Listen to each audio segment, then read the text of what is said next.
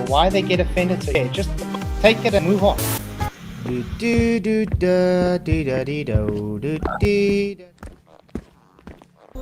Yo, Fluffs, what's up? It's good to see you guys. Thank you all for coming. I'm glad you could make it. Vicky, good to see you. Do you have PJ Cruikshank? Oh, good. That's still flying. Dude, still loves it. Hey, man.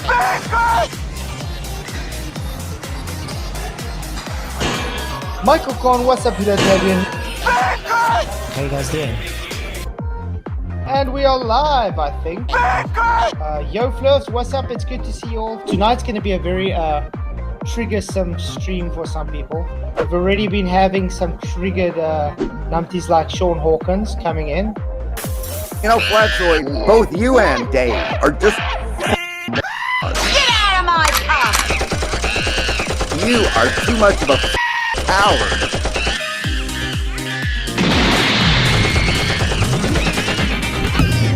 And Craig, FTFE, the Fallacy King. You stupid woman.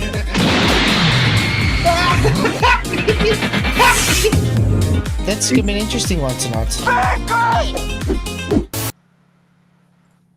Yo, Fluffs, good to see you all. Thank you for coming. I'm glad you could make it. What do you think of the new intro, guys? That was excellent. That was excellent. I've seen the full thing. The full thing's fantastic. I'm just glad it was me that took Jaeger. Yeah, I said to Jamie C. Level in his comments, I says, yo, why did you give Michael a better physique than me? He's like 3'4" and I'm 5'11", dude. And he said back to me, he says, you've got to go to Flatsoy Swole Gym and and put in the work to get the gains like Michael. Very funny. That Sean Hawkins jumping around like, as a monkey, that I started laughing so hard, man. I was like, oh my god. Probably I had to edit his swear words out just to it's more friendly because and then Jamie C. Level's got a present for you. Ryan. There you go, Ryan. Shout out to Jamie C. Level. Yeah, Ryan says he felt left out, so we have a new member of the gym. There you go. And he's got Cookie Monster body. Yeah, I love it.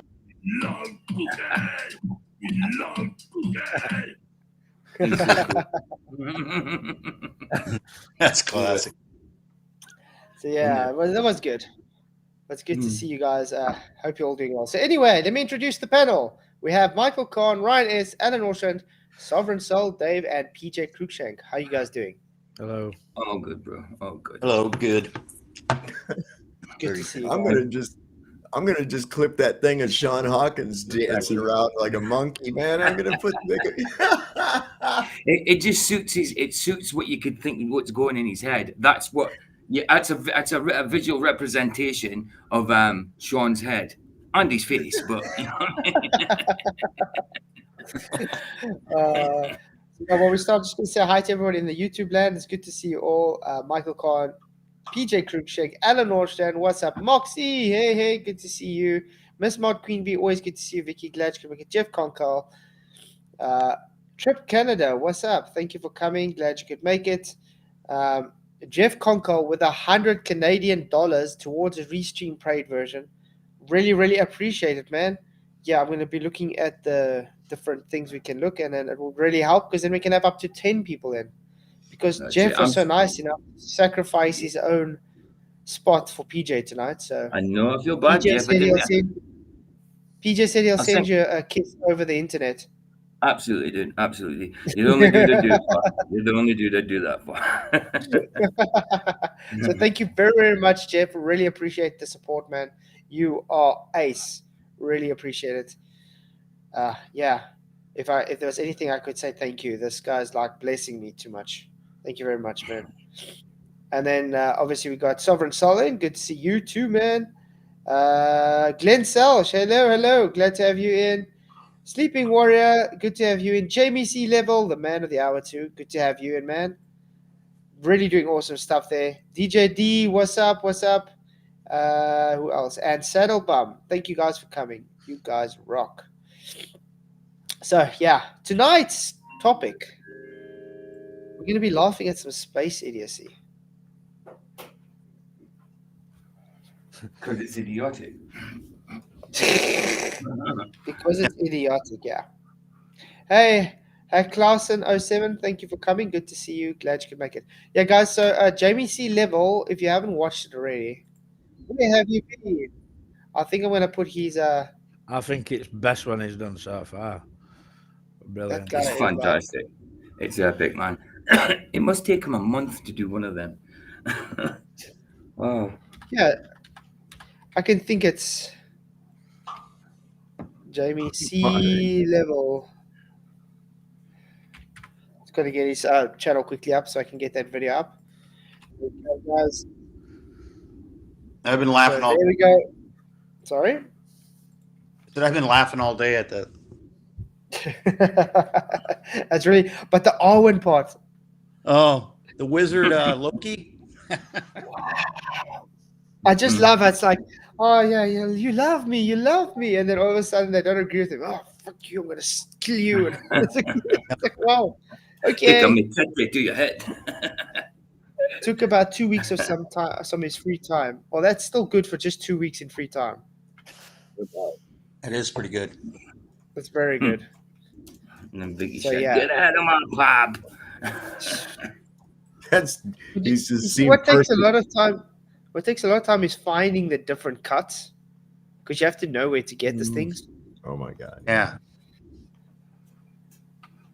I actually Yeah. like the part that Jamie did with me, you know, it's but I copy what Nathan said, but I spell it out. It says, well, Nathan just called it a bunch of CUNTs, so FUCK off Nathan. He did that perfectly. Well, tell her I love her. everything. See her. I love when Hey, you guys she throw liked the it. weights at them. Sorry?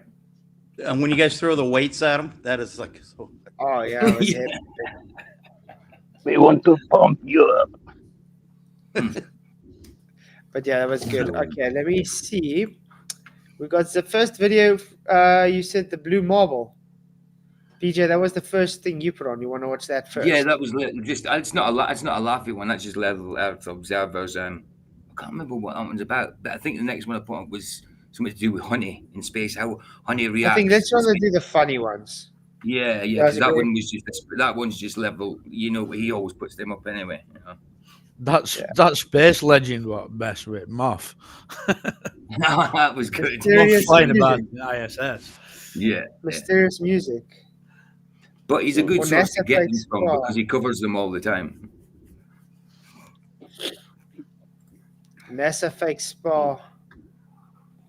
This is astronaut Chris Kelly. Let me see if I can get up.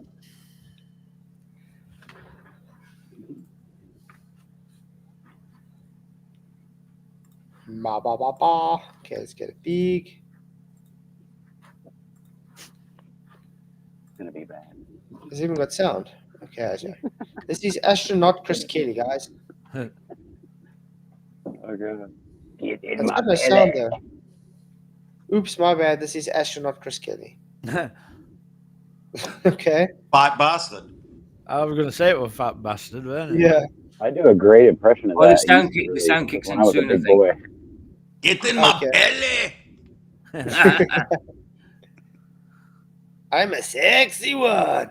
10-year-old boy asked Chris why he kept his arms folded all the time, and it was because of gravity pulling them towards his chest. Here's Chris's reply. It's Okay. a parody, I think. It's a parody, I think, is it? Yeah. Keep them balanced on that harness is what it's for. Well, thank you. That was a really Oh, I good love the toilet bowl question flush, from right? Samantha. I believe there is another question now from Reynolds Academy in England from a young boy called Anthony. What's your question, Anthony? Hi Scott, my name's Anthony and I came to ask why when you're in the space station, why are your arms always crossed when you are inside of the space station? Is it because the gravity is pulling your arms against your belly? Against your belly. Oops. That's the the mouth of question, babe. Anthony. No, there's nothing to do with gravity. It's because of the folds of fat. Because of all the Twinkies I've eaten, it's cutting into me body, Arnie. Get in my belly! Get in my belly, Anthony! Anthony! Get in my belly! Oh man, that's a good one. It looks like he's hanging from a hanger. It looks like that's the cheapest sling job I ever saw. Oh man, get in my belly. So there's his link for that, guys. Oh wow. Hey Bill, what's up, man? Good to see you. DJD. Oh wow. Well done. Get in my belly. Oh man, I pressed the wrong button. But I didn't eat any corn. Oh God. Oh my God! Look there.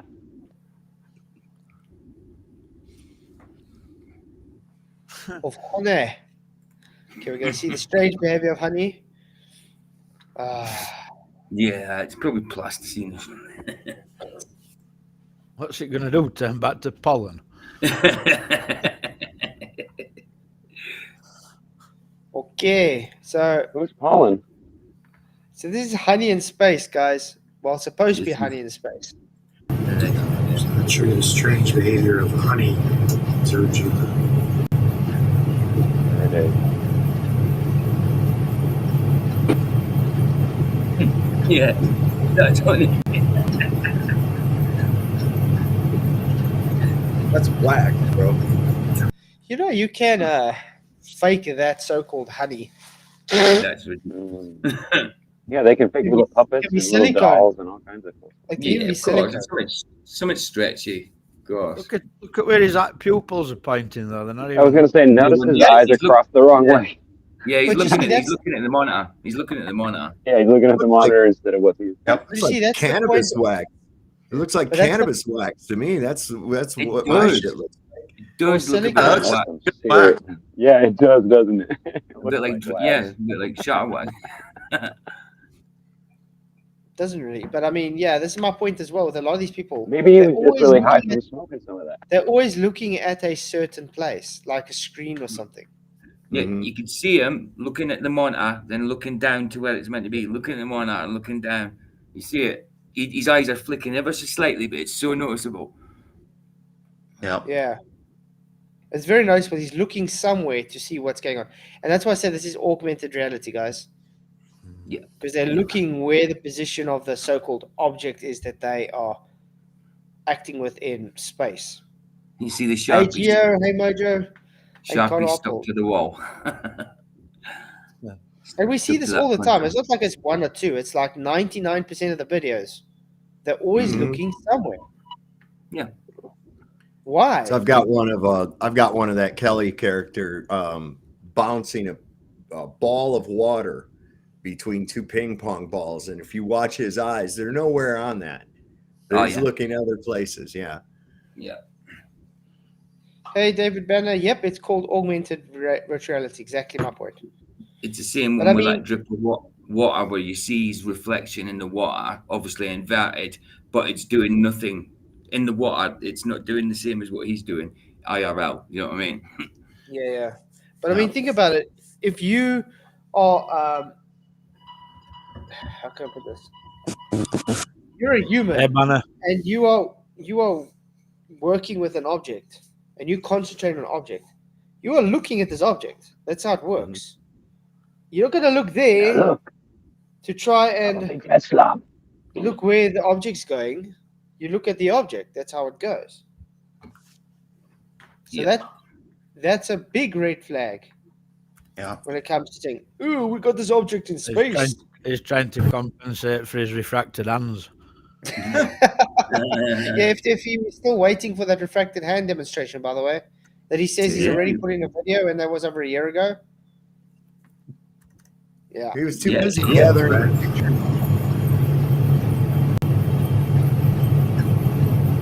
See, every time he touches it, he looks at the screen. Yeah. You see that? Gotta know where it's at. Every single time he touches it, he looks at the screen.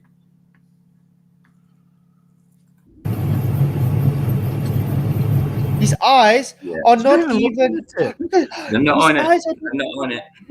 what happens with your body natural reflexes? Your eyes will catch the thing moving in front of your eyes. It will automatically try and focus on the object, It's not even picking up the object in his eyesight. No. Uh-oh. Boo boo. Like he's looking beyond it. You can tell he's looking beyond it. That's insane. Take that. Wait. Wait this.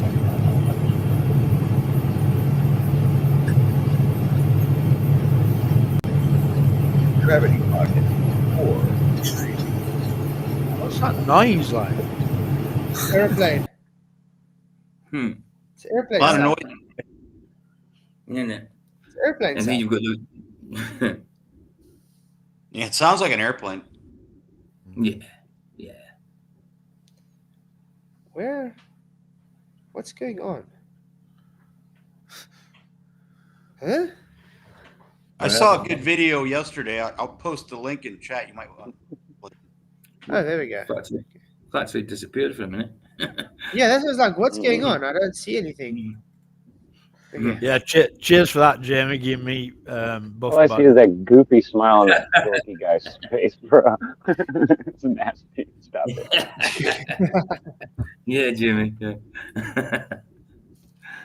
No, Why are we seeing? Oh, mine. You gotta share screen as well.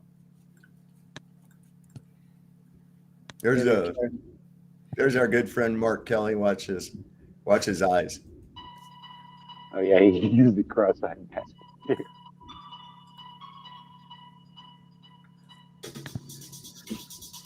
Wow. Look at he's looking. Look at that. Wow, it was at the bottom. He was still looking at the top. Yeah, he's looking He's through a totally delay. lagging behind. Yeah, look at that. Nice looking down and things going up. Yeah. Right. I'll get the music and space link and put it in there private. So here's the thing. Would that water actually do that? Of course not. Once it hit that other paddle, it would spread out and break apart. It wouldn't stay in a ball and bounce like a ping pong ball or something, or like it's yellow. It would splatter Are all we over. sure we even know what it would do, since we haven't really recreated absolute zero gravity and all that? I mean, that's true. Have we? I'm not sure what it would do, really. I mean, What about this one, Flats out, that fidget spinner one? Okay, I'll get that in. Now I'm just gonna quickly stick that link that we had for the honey in I'm space. sure it was perpetually spinning, wasn't it? Fidget spinner. Okay. I've never seen how it was silly, me. Come on, why are you playing? Really will believe anything, won't they? Okay, let's get it up. Woo, woo, woo, woo, woo. Just spin in space. It's just music though, so I'm gonna put the sound up. Muted. Is that fine, Michael? Watch the holes carefully. Yeah, that music was on original video. Like. Okay, I'm just gonna mute it there. Or do you talk on it? No. Okay. What? Look how beautiful it is. Oh, glitching. Okay. Okay. They must have changed the frame rate speed during the film. Exactly. Yeah, they have a button. You can just change the frame rate. No big. Let's go back. It actually seems like. Wait.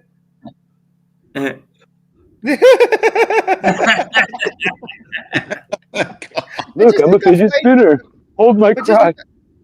But just look how fake this looks anyway. The one who does it after him does it better. But look It's at like this. he's attached to a turntable behind him. No, but look. He's back and he spins round. Wow. But he's not even there. Look at the frames. It looks like he's framed on top of the background. Look at this. Yeah, of course. That looks so fake. He is. Totally. He's probably laying on the ground, spinning on a skateboard or something silly. That's what he's doing. He's on a roundabout looking at camera. Yeah, he's on a roundabout there. I mean, even the resolution is different from him to the background. The lighting is also. I think as well when you see What's next guy that does it? Hanging Yeah, upside down. what's next? Yeah, I hear you. The guy who does it next does it better. Yeah, sometimes when you see them astronauts and when they're just meant to be weightless, it looks like in the face.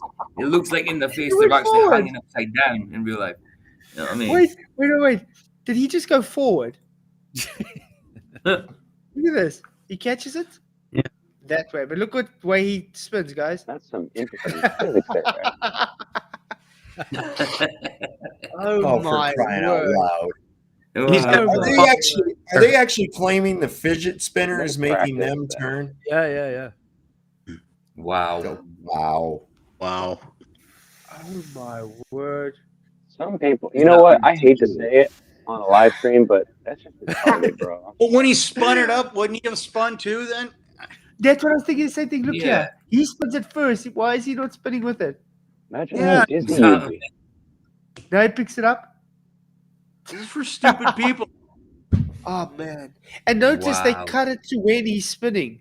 Why couldn't they just Yeah. show it I think from even when he stupid touched people it? can see that this is not real, bro. Come on. Oh, I'm man. sure that stupid people can see this is not real. It's just a Gotta. joke, obviously.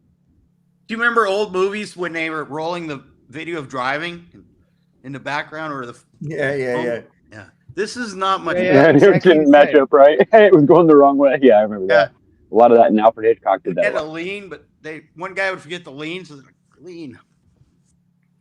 This isn't much better. This is really This bad. is like, wow. It was the wrong way. Jesus criminally.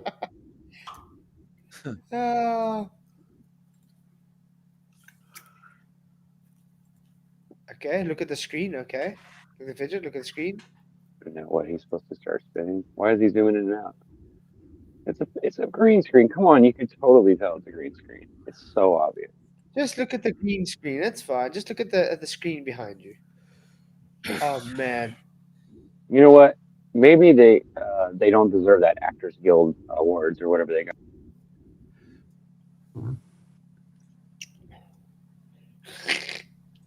You know, because they're bad actors. Come on. I saw an awesome thing the other day.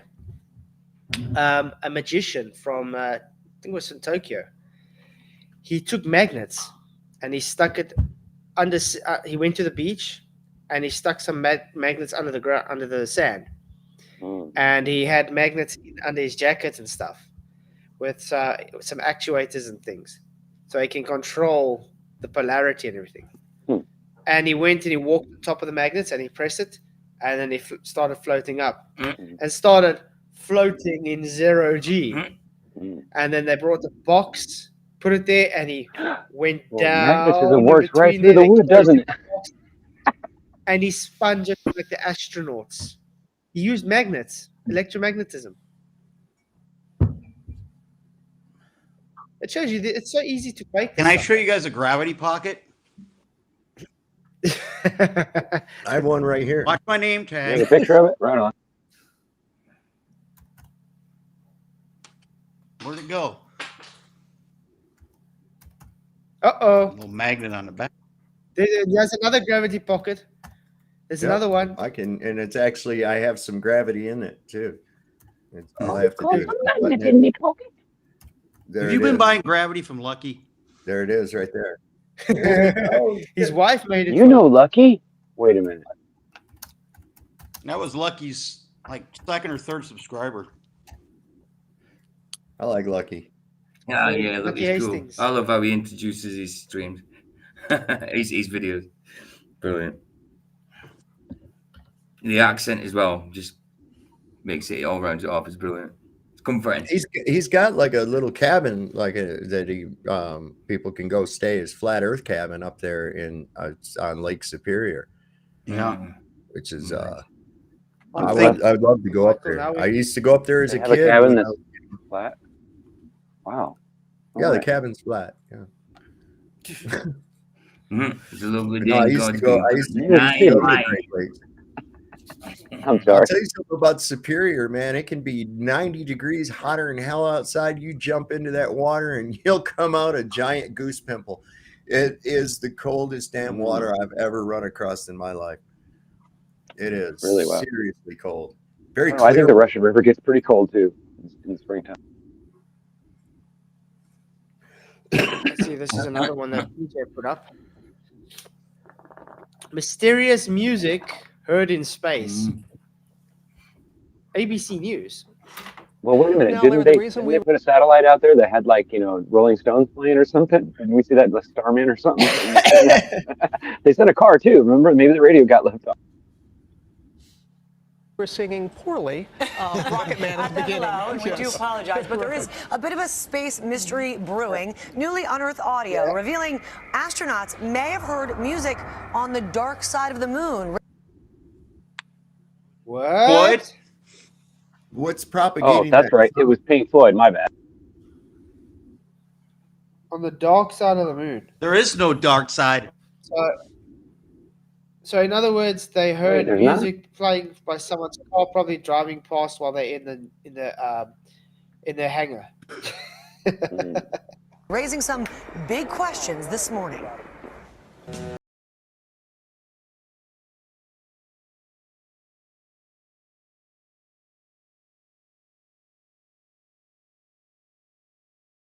But newly declassified audio tapes have just revealed that there might really be music in space.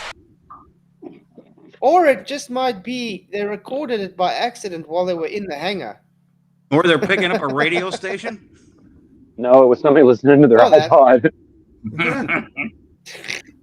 In 1969, as Apollo 10 cruised the dark side of the moon, the part furthest from Earth, where contact with NASA is unavailable, astronauts Eugene Curran and John Young heard something.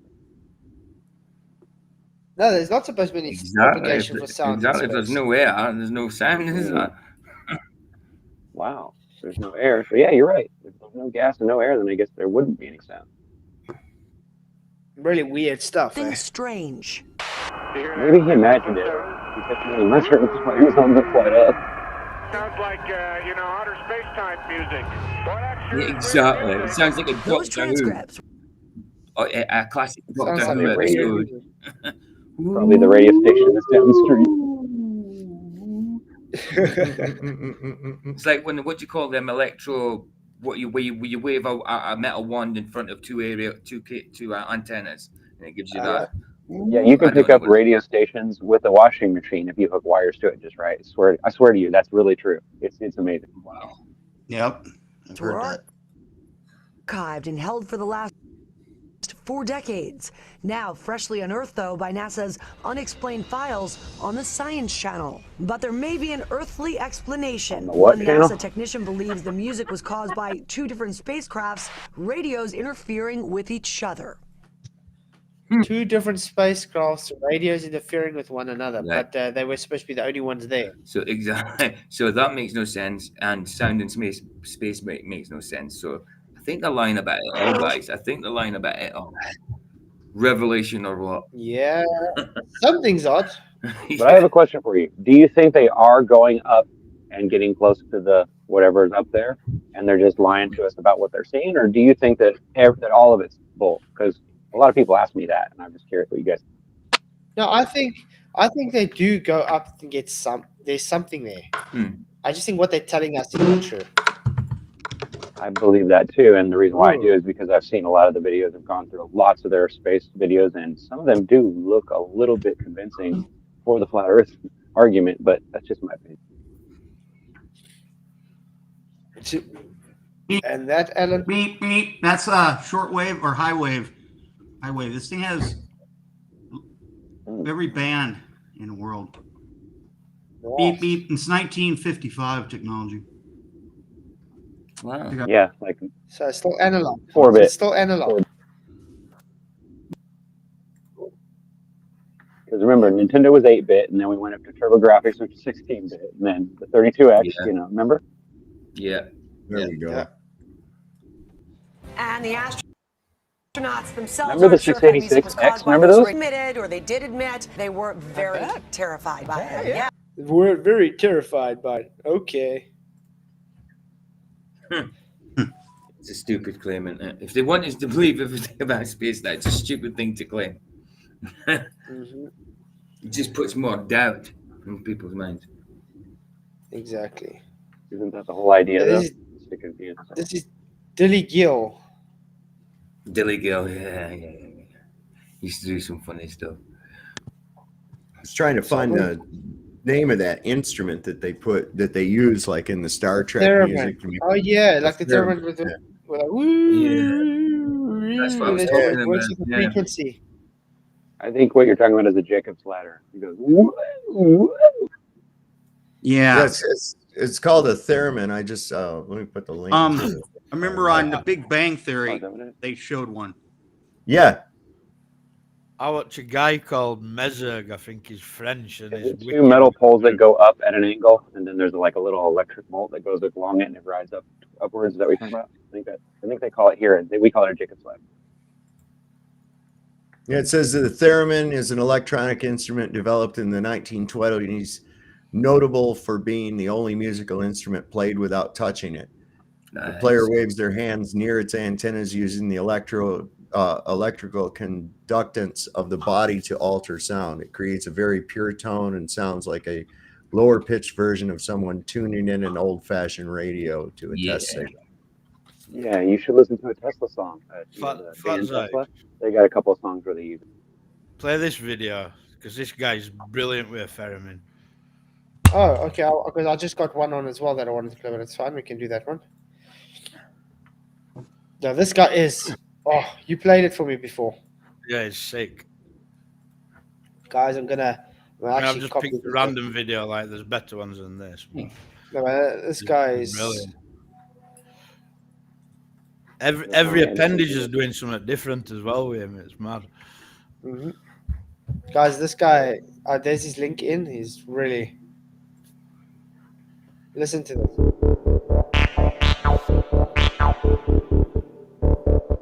Oh yeah, I remember this. Brilliant. Fantastic, yeah. Yep. Okay, I can't play too long though, so we have to talk in between as well. You know, just keep with YouTube rules. Blah blah blah blah blah blah. Okay. Well, I put the link in for you guys, so if you want to listen to it in full, really well worth it. Listen to how he starts to beat it. Oh.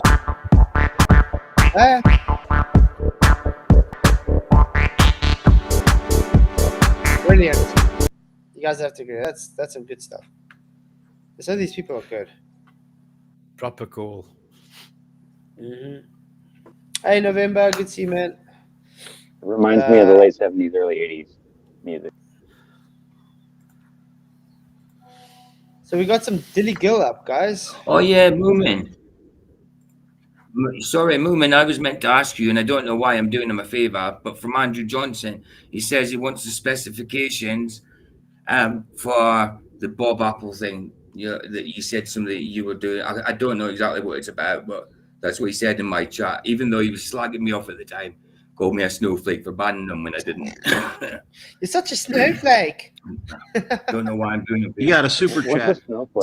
He said I'm a snowflake like Flatside for banning him, and it wasn't me, bloody random. What's the alternative? It was Vicky. Sit and read thousands of stupid comments from you melt so quickly. Well, the guy's obsessed with us. Exactly. The guy's obsessed with us. He's trolling constantly. He will get Absolutely. banned. It's as simple as that. Tony Whitcomb, thank you very much for your £10 super chat. He says, funny how Nixon was calling the knots on the landlines while having a picture of Earth rise on the wall before they even took a picture. Yeah, exactly. Thank you very much. We gotta stop. We gotta stop with that though, because that picture supposedly came from a previous Apollo mission where it didn't land and took that photograph. That's what the claim. Apparently, that's their excuse because they were caught out. So that's why. But thank you very much, Tony. I really appreciate it, man. Appreciate your super chat. You rock. But that's the thing. They didn't give any explanation for it before the time. As soon as someone points it out, then all of a sudden they have that's called an excuse. You know what I mean? Yeah, he was being a bit fruity in my chat, Vicky. You're right. But yeah, that's what they do. When they get shown to be wrong about something, then they would make an excuse on why it has to be real. That's quite a cool bottle. It's like a flat earth map wrapped around a bottle. Is that a container? Oh, that's quite cool. I love the pirate ship. It's from Japan, like 1920s. Wow. But yeah, it's got the entire map of the Earth on it. wrapped around the bottle, but it looks flat. Interesting. You guys ready for some Comedy. Dilly Gill? This is the fraud Dilly upload Gill, number yeah. 4. He's really got some awesome stuff. Underworld in There was a time when eyewitness testimony was pretty much all the testimony you could have. Eyewitness testimony could be written down, but when it comes to observing phenomena or events, then it still needed to be witnessed and then reported. The idea of swearing to God was a way to have people who understood spiritual principles be more likely to tell the truth, but of course it was no guarantee. Nowadays, eyewitness testimony is considered by the public at large a lesser form of testimony than video footage, and that is why NASA are able to get away so easily with their crimes. People see the footage and hear the testimonies, so no matter the weakness in the personal testimony, no one gets suspicious because the burden of proof has been met by the video footage. That is so true. That is so true. And I mean, I think that's one of the part of the reasons why they try and get God out of everywhere, because it's conscious. It's consciousness. They don't want people to have a guilty conscience. Why do you think, and I still believe this today, why do you think the astronauts did not swear in the Bible to what's his name when he asked him? What's that guy's name? Bart Sabrell. Bart Sabrell, yeah. And the guys can say what they want. It's not because he's harassing that they punch him. It's just simple. If they really did go, do you think they could have just put their hand on the Bible and say, yep? Obviously, okay, yeah. Like, but I mean, I wouldn't. I swear on the Bible, yeah. But you could easily just say, yeah, I swear to God. Yeah, promise. I tell you, I give you a Bible. solemn. Yeah, I won't swear on the Bible, but I give you a solemn promise. That's the whole point, yeah. Because I also wouldn't swear on the Bible. Because I wouldn't swear on the Bible. Because James 5:12 says, do not swear on anything that is heaven or on earth, but let your yes be yes and your no be no. Exactly. So I wouldn't swear on the Bible. If I'm in court, I say to them, no, I'm not swearing on the Bible, but I'll promise. I'll solemnly just swear. Was to give you another thing to read out. Exactly. I want to use a quote from Simon Greenleaf, who was a lawyer who wrote the laws regarding the rules of evidence for the United States courts. He studied the Bible with a view to ripping it apart based on his rules of evidence and converted to Christianity as a result. He said of the evangelists, "And first, as to their honesty, here they are entitled to the benefit of the general course of human experience, that men ordinarily speak the truth when they have no prevailing motive or inducement to the contrary. So consider the Actonauts. I am certain they have been induced to lie. At the very least they have had to sign the Official Secrets Act prior to being shown the truth." I agree 100% with that. Yeah. Because this is why I don't agree with when Justin Peterson had that other astronaut on as his so-called testimony. You're calling him a liar. Yeah, well, if you sworn to secrecy beforehand, and you signed your papers for that, you're going to do it because that's what you sworn to do. Yeah, you got to remember you can't they go all to a signed place a that violates non-disclosure national agreement. law. Yeah, exactly. You got a disclosure agreement, and I don't think the government and things is something you really want to get on the wrong side of. Yeah, because I think they can make it a living hell for people. Not a good idea.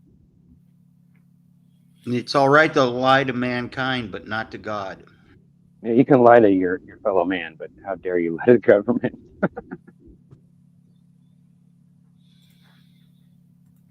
Face a life in prison if they give anything away, or maybe even threats of death to them and their loved ones if they come clean. Certainly for some, NASA may have used blackmail as well. So for the newcomer weighing the evidence, consider that the actors have every reason to lie, and whilst this evidence may seem weak at first blush, it will grow on you. So let's think very briefly about the post-flight press conference of Apollo 11. Richard Hall paid a testimony expert to analyse the statements from that interview as well as other statements from the infamous trio. The expert concluded they were lying. I will drop a link for that into the description for further research. Yeah, that was actually very interesting. They had an analysis on their behavior, and out of everything he found, they were definitely lying.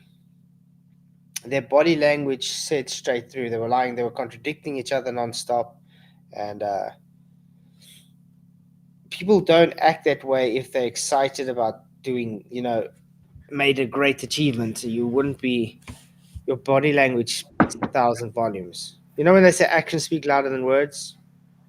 Yeah, well, Absolutely. the actions of those astronauts showed, nah. Oh, without a doubt, man. When they got back from the moon, they were all depressed and that. When if you'd actually done that, when you've been so like, oh, we were on the moon, guys. Do you know what I mean? First people on Earth ever to be. You know what I mean? This was brilliant. You know what I mean? We've seen stars, seen this, but no, they were like depressed. It was like a weight on them, a burden on their shoulders. You know, really bad. Mm-hmm. You could feel it. It was palpable. The atmosphere was atmosphere. Sorry. Atmo was palpable. See, I thought even Harry's tutting at me for saying atmosphere.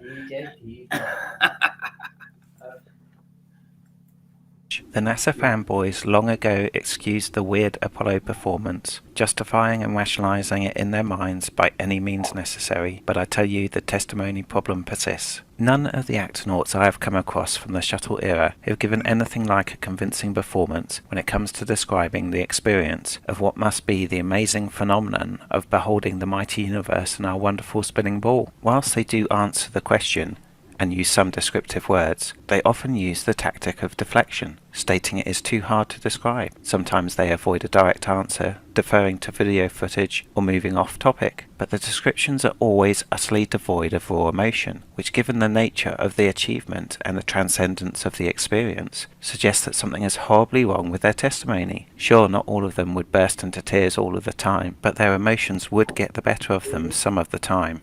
And they had no emotion at all. None. The only kind of facial expression they had was almost like a face of disappointment. Pure deflation. It looked like they were depleted. There was no soul in them. No spirit at all. It's like, how can we say, like you're a child and you're excited, you're going on vacation, and you're packing the car, you're getting ready, everything. Yeah, we're going on holiday. We're going to the beach now. And you climb the car and you drive 10 kilometers down the road and there's like, no, we're just joking. We're not going there anymore. Let's go home. That's the Going kind to the of doctor to get your shots, boy. Yeah, exactly. It's one of those trick things where they take you to the vet and get your nails trimmed. It's almost like they thought they'd been there and then it was taken away from them by saying, oh, it was just a simulation, guys. We tricked you. It'd be so deflating, that kind of feeling. You know what I mean? Well, it's like having little children look at the bottom. Yeah, we showed you that it was fake. You should have noticed. Christmas. Yeah, and having them look at the whole bunch of presents and saying, you see, these presents are all for you. Yeah. And as soon as they want to open it, say, nope, they're not yours. And they give it away. They open give it them away it's to just someone an else. empty box. Yeah, in front of them. Empty box. Well, maybe they thought they were. Empty boxes, exactly. Maybe they thought they were going, and then I would be bummed out too. All of a sudden, all that training and. Yeah, but remember, that's what I said. They signed a clause, so they thought they were going there. Because look at their face before they went, how excited they all were, to when they came back. Yeah, and they already signed the clause, absolutely. so they had no choice but to lie and say, "Yeah, we went." Yeah. And it's slipping out now, like in Buzz Aldrin, you can see it, and he's slipping up, saying it. Look, we didn't go. Now he's just A few all of a times sudden said it. he's just senile. Yeah, whatever. Yeah. Yeah. He probably doesn't care anymore. Sometimes. Mm-hmm. Why do you think he's a drunkard? Because his conscience is eating at him. That's why. And a cookie. Aye. Neil What they say Armstrong. is just Yeah. Neil Armstrong. He was You an. know why they call me Cookie Monster? He became I a. know why. This is why. Neil Why? Armstrong became. Because I like cookies. Oh, wow. I asked my wife to You give do. me some cookies. I said, surprise me. She bought me like 8 boxes of cookies. I was like, gee whiz. 8 boxes of cookies. That's a challenge, woman. It's a challenge. 1 cookie at a time. Yeah, Neil Armstrong. Oh, well, he became a drunk too. I think secluded drunk. Yeah. Yeah. I mean, poor old was it Michael Collins? He didn't even get to the moon. He had to sit and wait for them. Don't hang a lemon on the limb, I say. It was a lemon. Verse. So the setup for the post-flight press presentation was different for the shuttle cruise. NASA started using civilian personnel and introduced the use of video footage. The huge bonus of the zero-G shuttle was that the extended freefall drops allowed some genuine sharing of the experience of zero-G. They used the video footage to guide them through the presentation and secure good times for the envious reporters, although in some of the presentations there are eerie silences as the crews roll out the same old talking points. Prime footage could be selected for the presentations, and the genuine experience of zero-G, certainly in the early to mid shuttle era, seemed to come through in some of the presentations, whereas the descriptions of the spacewalks, for example, were mostly sterile descriptions of functionality and the to-do list they had in their swim tank, rather than experience and transcendence of what should have been, by any reasonable imaginings, a life-altering experience. So here's an example. In this post-flight presentation, the actor is about to recall sticking his head out of the airlock to behold the majesty of the universe. You would think that profound words are bound to follow. However, he merely hat tips the universe and moves into a sterile description of the to-do list in the swim tank.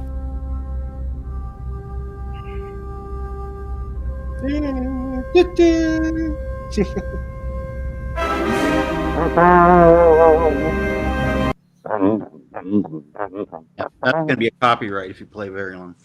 Yeah. I can do it with my mouth, right? And we can do that and get away with it, right? I'm just gonna mute it for now quickly, but I'll put the captions on. Oh, it doesn't have subtitles. Is this the one with the flimsy lid? We'll just have to stop it now and then every time because it's gonna have the music. Do they talk? When you first open the airlock and you look out and there's the entire universe staring you in the face. So here I am coming out, the first EVA, grabbing onto the manipulator arm while Story is coming out now, and I took a whole bunch of tools on the arm, and the arm is now under Claude's skillful guidance carrying me over. Huh? Nobody talks like that in monotone when they come back from going into space, dude. I'd be so excited you wouldn't be able to stop me from talking about it. I'd be so jumping. I'd be bouncing off the walls, bro. I'd be like, it was so awesome. You gotta try it. It's fucking cool. That is our point. It's very scripted. Look how he's talking in script. Exciting moment when you first open the airlock and you look out and there's the entire universe staring you in the face. So here I am coming out, the first EVA, grabbing onto the manipulator arm while Story is manipulator coming out now, arm. and I took a whole bunch of Yeah, the manipulator arm. tools on I wonder who named that.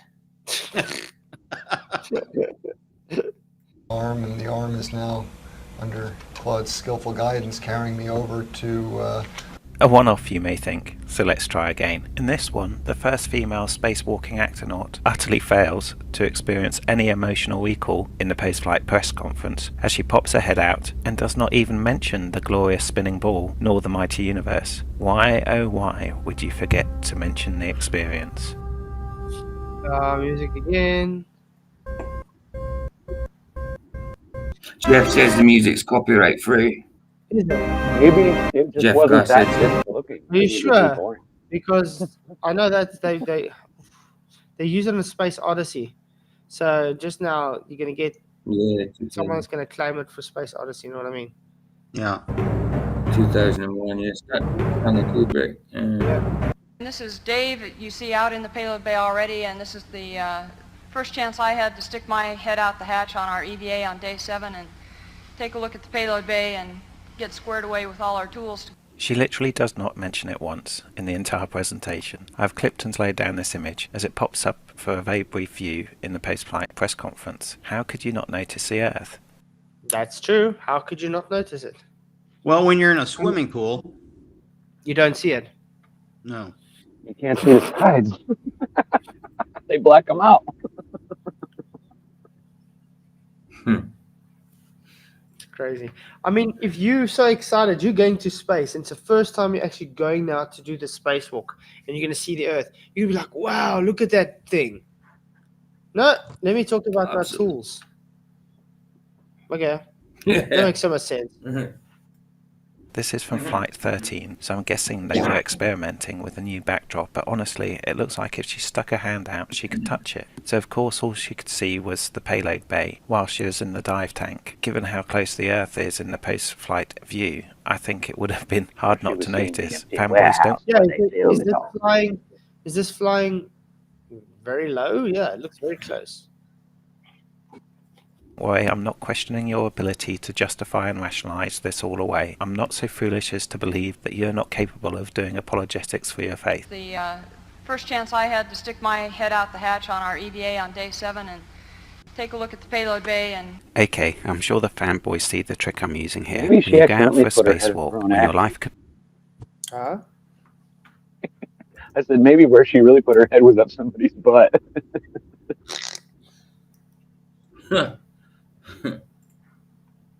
be ended at any Or the moment, airlock. and you face the most horrific death. When you behold the mysteries of the universe from outside of the Earth, when you see the lights of the city at night gliding past, and you are on the outside of your space. One thing I have to say about the movie Gravity, they did a good job. A better job than NASA. Yeah. That's for sure. Absolutely. Absolutely. Those are highly paid Craft with no window to restrict your Yeah, of view. course. You do not ever The want to try. A-listers, these are like the Shivian alphabet actors. They only get $67 billion a year. They can't afford Johnny Depp, guys. Come on.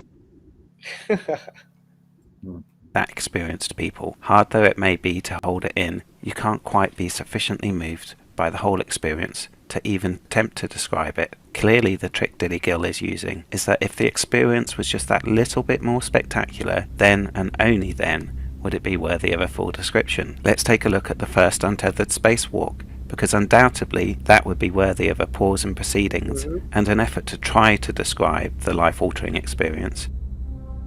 Or you're going to be disappointed very, very much. Think how scared you would be to be able to do that. To think anything can go wrong, you can float away into nothing. Yeah, and there's you're nothing dead you can- because you ain't going to stop. You're going to keep going until you crash right into the earth, right? So, yeah, I think I'd be a little bit shaky. Just a easy bit, even if I was trained well.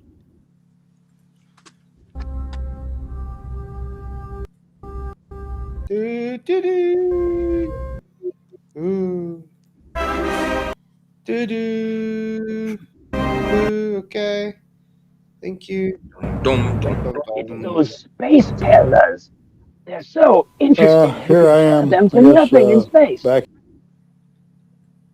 Here I am, I guess. backing out to 150 feet, coming back in, and then out to 300 and coming back in. This is approximately the same sort of translation that the folks on the next mission, the Solar Maximum Repair Mission, will be faced with in moving from the orbiter over to the Solar Maximum spacecraft. Looks like I want to show you what undisputed... I'm pretty sure about the next mission. Like, what? Just selling if I ever heard it. I guess I'm here.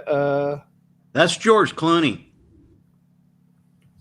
I think Clooney could have done a little bit better of a job. At least acted excited or something. But I mean, think about it. It's like, I guess I'm busy doing something that can potentially kill me. But it's okay. No blood pressure going up. I'm brave and just another day at the office. Yep. Right. Literally. I've got a backup diver. He's going to help me. Beautiful, genuine, first-hand. Did you guys watch the new Smarter Everyday video from Dustin? He went and he's talking all about spacesuits. I actually watched it today. He went to the buoyancy lab. And a lot of the things that he was saying there made me think, it kind of tells me why they would rather be underwater and not in space. I mean, these videos like over an hour long. So if you haven't, go watch that new video today, Smart Every Day from Dustin. And he went to go visit the neutral buoyancy lab, and the way they try and do things. I mean, they even try their best to do off balance neutral buoyancy stuff perfectly to what they need to do. They have to try and stay out the way. Yeah, Michael's still here. It just doesn't show. Is it just can't? I There's think it only Michael. shows a few. All right, I get it. That's what happens. Okay, got you. How much does that cost, Michael, to be invisible? About £2. Nice. Okay. All right. I can do that.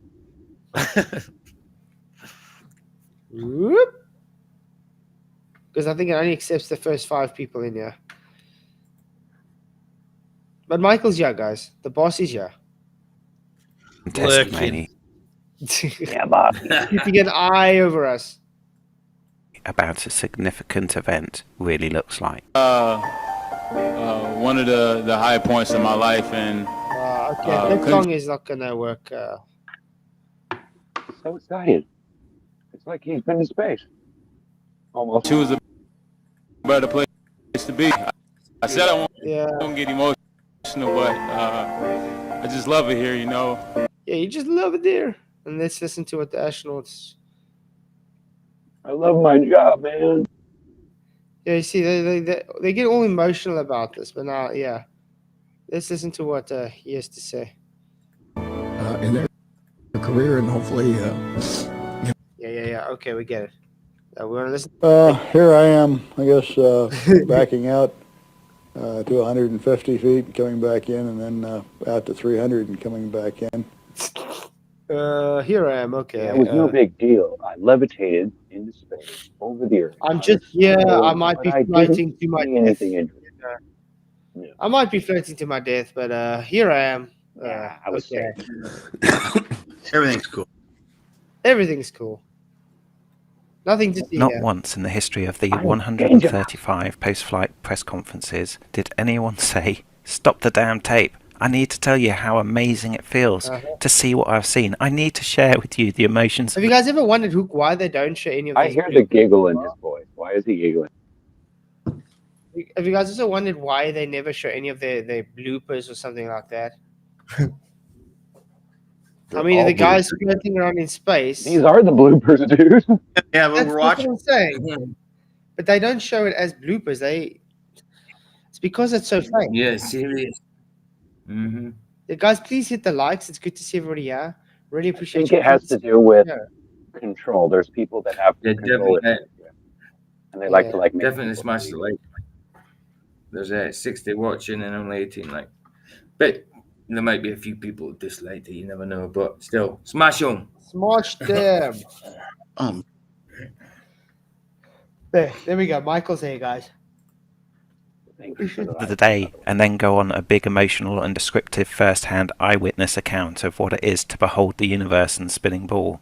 Not once. Sometimes they go a little more in depth to try to describe the alleged experience, but it is always lame and awkward. It would seem that our magical spinning ball and mighty universe provoke no emotion in those that truly behold her. Without the video footage, the eyewitness testimony is garbage. I've heard more emotional and excited testimonies from my son driving home from a Saturday morning football match than I have from an astronaut returning from a spacewalk. Yep. I have yet to find any excited astronauts coming back from space, to be honest. No, exactly. Not one. because that non-disclosure agreement might get them in a little bit of trouble if they open their big mouths. Well, when it's you know, your everyday job, it just isn't exciting. You know, you kind of overlook that after a while. That's, you know, it's to them that's normal because they're always up in space and stuff. See, so yeah, but what if you get a leak? Duct tape and my finger, my left finger, my middle. Why don't you get? You know what they say? What happens if you get a leak? Oh, then you got a leak. You just fix it. I guess. Take a leak. Well, I'm sure there's a procedure for that. Let me look and see if it's on the card here. Exactly. Flex Seal. New Flex Seal, only $9.95. I'm sure there's something in the Aha, manual. say the fanboy. Yeah, it's got to be something in the manual. That's what it'll be next. They'll have that guy advertising with them on space. You see, that's what the thing when that smart everyday guy went and he interviewed John Pettit, and he was looking through the module things and was saying, but you guys have special rings you know, just rubber ring. Maybe you guys have specialized rings for the windows, you know, like the seals. He says, no, it's just normal O-rings. Yeah, I've got a story on that. The guy that designed Really good engineering. The guy that designed it, he's an Italian, and he didn't even know that his design had ever gone into space until he saw the video. That he did. The guy that designed though, you can crank the windows shades open from the inside. Yeah, yeah. He was an Italian dude, and he didn't know it was even. Don't you think they would tell him that, hey, gee, we used your stuff on the International Space Station? But nope. But I mean, think about it. What happens to rubber seals in a vacuum? They go out. They explode. So yeah, I mean, you would think they would have to replace them after every few, you know, at least a day or something. You have to replace them once in a while. Marshmallow, only denser. Yeah. You have to replace them once in a while. I mean, and in space, supposedly there's no heat transfer. So if it's going to get heated up, it's not there that heat energy has to go somewhere. If it can't go to space, it's going to stay in the rubber, and it's going to make it brittle. There's no way rubber in a vacuum. Yeah, you can't, and it's going to outgas. I mean, you can First stick a of piece all, of it would be very cold, you would think, right? And I don't think they could hold up to the ice, the frozen part of it. That's the problem. Yeah. Warm on the inside, cold on the outside. Yeah, but I mean, showing to the sun, getting hot. Showing away from the sun, getting cold. Showing to the sun, getting hot. Showing away from the sun, getting cold. Constantly. And in a very harsh environment. Yeah. And the inside obviously has to be room temperature. Because they're floating around in their underwear. Well, how can they even have any air pressure in there if gravity causes the air pressure? Oh yeah, I never thought about that. Damn it, I forgot to think of that one. Air compressor. Well, they still got gravity. Damn They're it. just falling with the gravity, you know, so it's 0G. The gas is falling with him. So yeah. Okay, I get it. Yeah. So let me get this straight. They're Oh, I floating- see. So he's falling around the Earth. I get it. I don't. Yeah, you'd have to be really high to think that. You really would. You'd have to be stoned to actually think that. Oh, just perpetual fall. Oh, okay. Yeah. I consider that an insult because I'm really high and I still don't get it.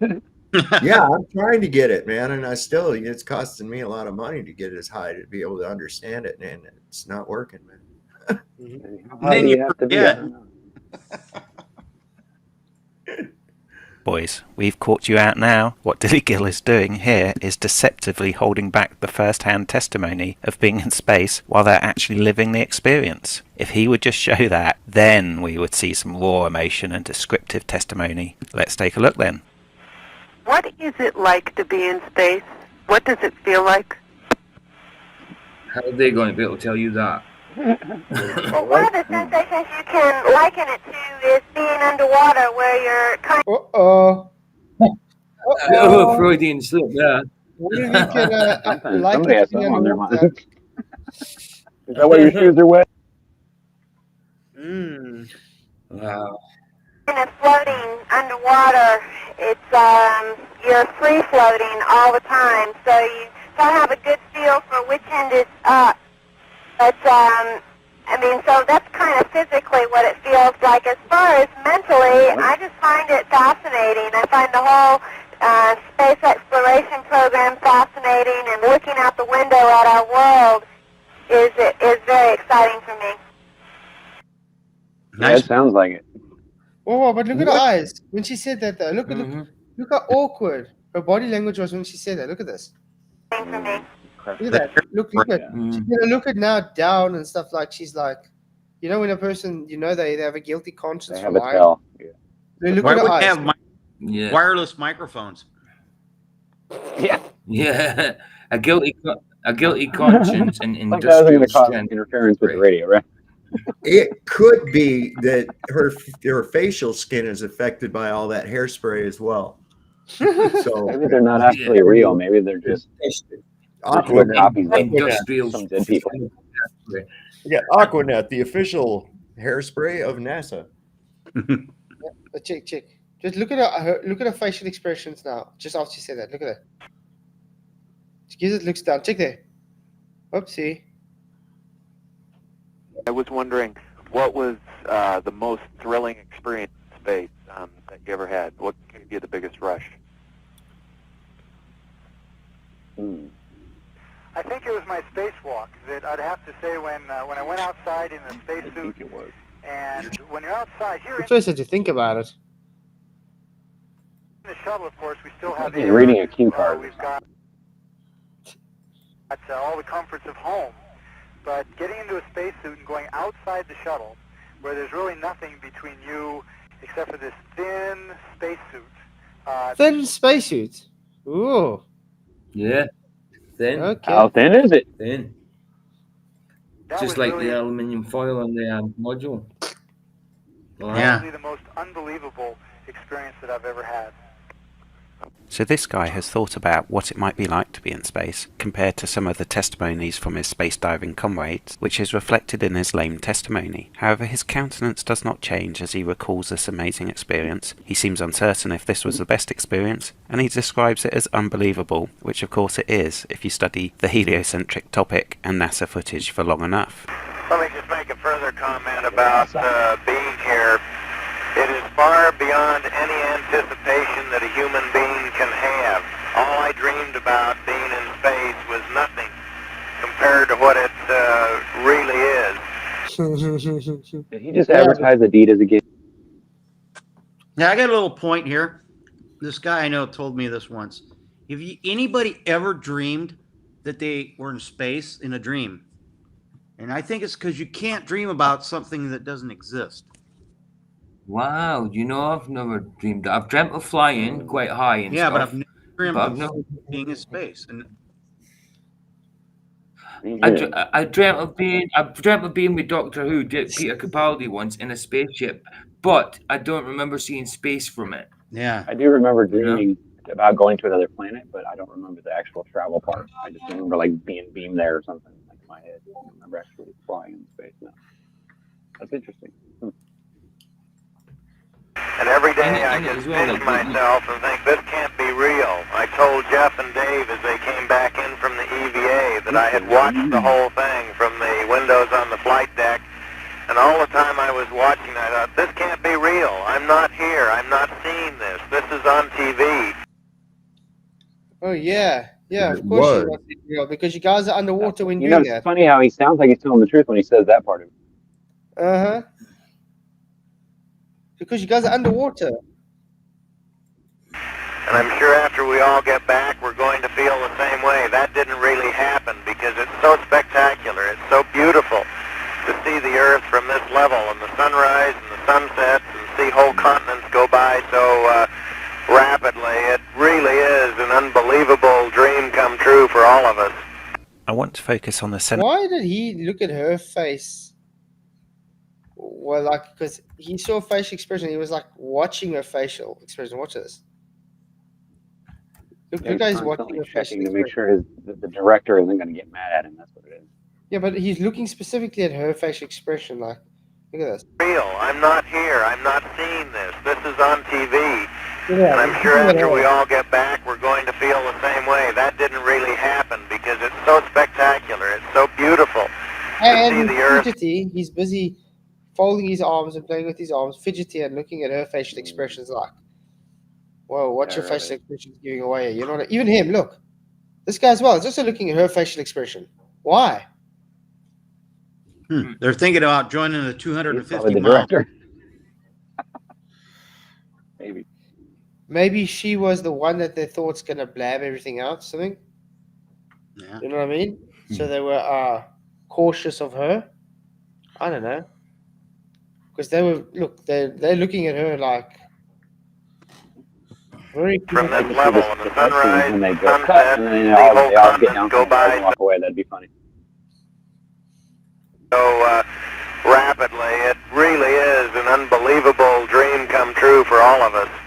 I want to focus on the Senator's response to the team being asked, what is it like to be in space? I may do a breakdown of the whole team in a separate video, but for now let's focus on his response. The fact he is included on this mission suggests to me that he has shown flair for the needed skills of an astronaut, namely lying. In this epic moment he mixes the truth of what's going on around him with the lie of space, and he ends on the lie to sell it to the audience. The other team members are not this accomplished in the art of deception and look genuinely pained and concerned at what he is doing. Now I want to contrast those examples to some genuine, and I use the term genuine very loosely here, interview responses to the activities they actually did. So many of you will recognise this footage from STS-51D.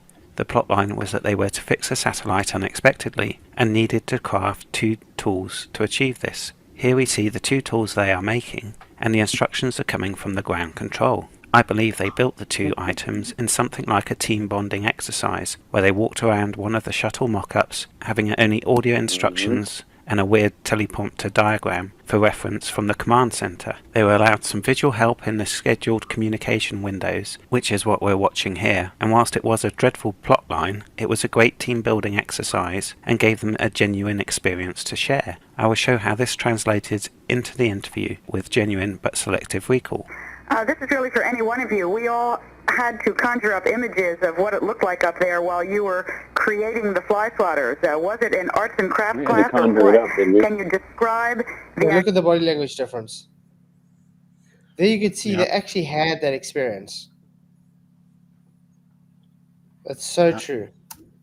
How would their digestive system work in zero gravity? Wouldn't you have like massive food wanting to come up?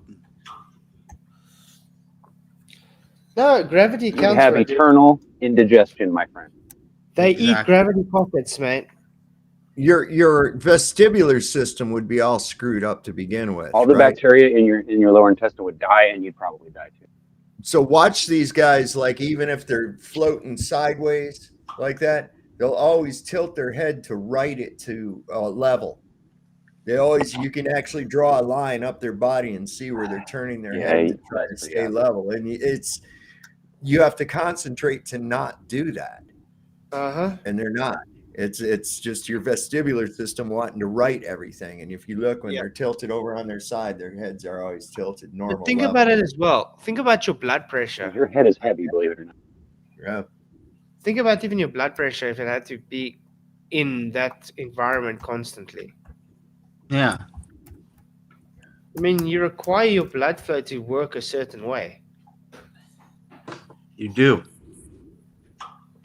So yeah, that's quite an interesting point. Well, something I've thought about would be interesting in a weightless environment, if there truly was actually such a thing. Be interesting to see how an insect flies, like a fly or even they would just hover in place. Go to Level S, observe the flat side. There's a video where he's caught a moth in ISS. Oh yeah. I think he calls it sort of like space legend or something. I saw a video from a woman the other day where she says, look at this guy, he's walking on the outside of the ISS doing his walk, and shows a fly flying outside, landing on the window. Is it just me, or do they only fix multiplexers when they go out into space? They're always fixing multiplexing. Jono, good to see you, man. Wow, it's insane. Yeah, what about the one where he's just got the glass of water laying on the side while he's talking to the camera? Ridiculous. He must have been thirsty. Activities inside the cabin while you were doing all that?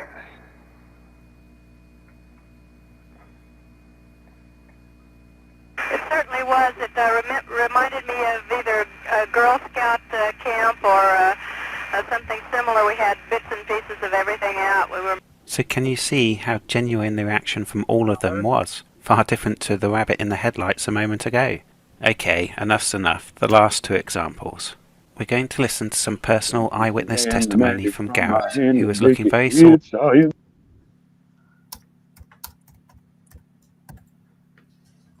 eyed when he appeared on the Joe Rogan Experience. I'm guessing the fanboys are undisturbed by the evidence from the post-flight press conferences and the personal testimonies live from space, and could be thinking, all the astronauts need is some time to reflect on the experience, and then the opportunity to share. So for those of us who have been paying attention and know we do not live on a spinning ball, his disappointment at what he saw out the window, which would be nothing, and his preferred position of watching it on TV is no surprise. This for me is evidence consistent with a fraud. Just before we hear his performance, I want to play this. It's a scene, man. Memorize it. What? Look, man, an undercover cop's got to be Marlon Brando, right? To do this job, you got to be a great actor. You got to be naturalistic. You got to be naturalistic as hell. Because if you ain't a great actor, you're a bad actor. And bad acting is bullshit in this job. Yeah. What is this? That's an amusing anecdote about drug deal. What? Something funny that happened to you while you're doing a fucking job, man. Damn. I gotta memorize all this? There's over 4 fucking pages of this shit. Just think about it like it's a joke, all right? You memorize what's important, the rest you make your own, all right? Memorize your own, make the rest your own. You can tell a joke, can't you? Nope. Well, pretend you're Don Rickles or some fucking body and tell a joke, all right? Now, the things you gotta remember are the details. It's the details that sell your story. First view of the Earth from above. Yeah, was that right there? Yeah. What is that like? Wow. Well, I didn't see it right away because. Oh. Well, hold on. Let me think about that. The diver was in my. Go ahead. That holy diver. Oh, I think Alan's broke up. No, Alan's there. Yeah, I just said the diver was in his way when he first came out into the pool. Mm-hmm. Yeah, Jim. Right. Yeah, Jim Macho. One bet another guy's Senpaku eyes. Exactly. Yeah. Who's Senpaku? Senpaku eyes. It's the way the eyes are. Three whites. Okay. Right. If you you can look that up, Sanpaku, and you can get kind of a thing. It stems from Eastern, I think Japanese or Chinese, where it's a way of evaluating the condition of the psyche. Interesting. The middeck, the downstairs of the shuttle, and there's only one window down there, and it's in the corner. Okay, so it's in the hatch, and it's like the size of a dinner plate. And I was up there. You got a lot of work to do as soon as you get up there, so I'm working like crazy. Sorry? I said that was a Freudian slip. He said it's like the size of a dinner plate. I wonder what he had in his mind. Well, he was thinking really hard. And after about 30 minutes, I see this pale blue glow coming from that window. And I'm like, that's the Earth, Oh, he hesitated. And he blinked and he looked away. Sign of a light. He was first thinking it was somebody showing a picture of in the background. But look at his whole body language. He hesitated. He blinked. He looked away. So I'm working like crazy. And after about 30 minutes, I see this pale blue glow coming from that window. And I'm like, that's the Earth. I should have a look at that. And I was super excited for this, So I wanted to be ready. So I paused, I closed my eyes, I meditated.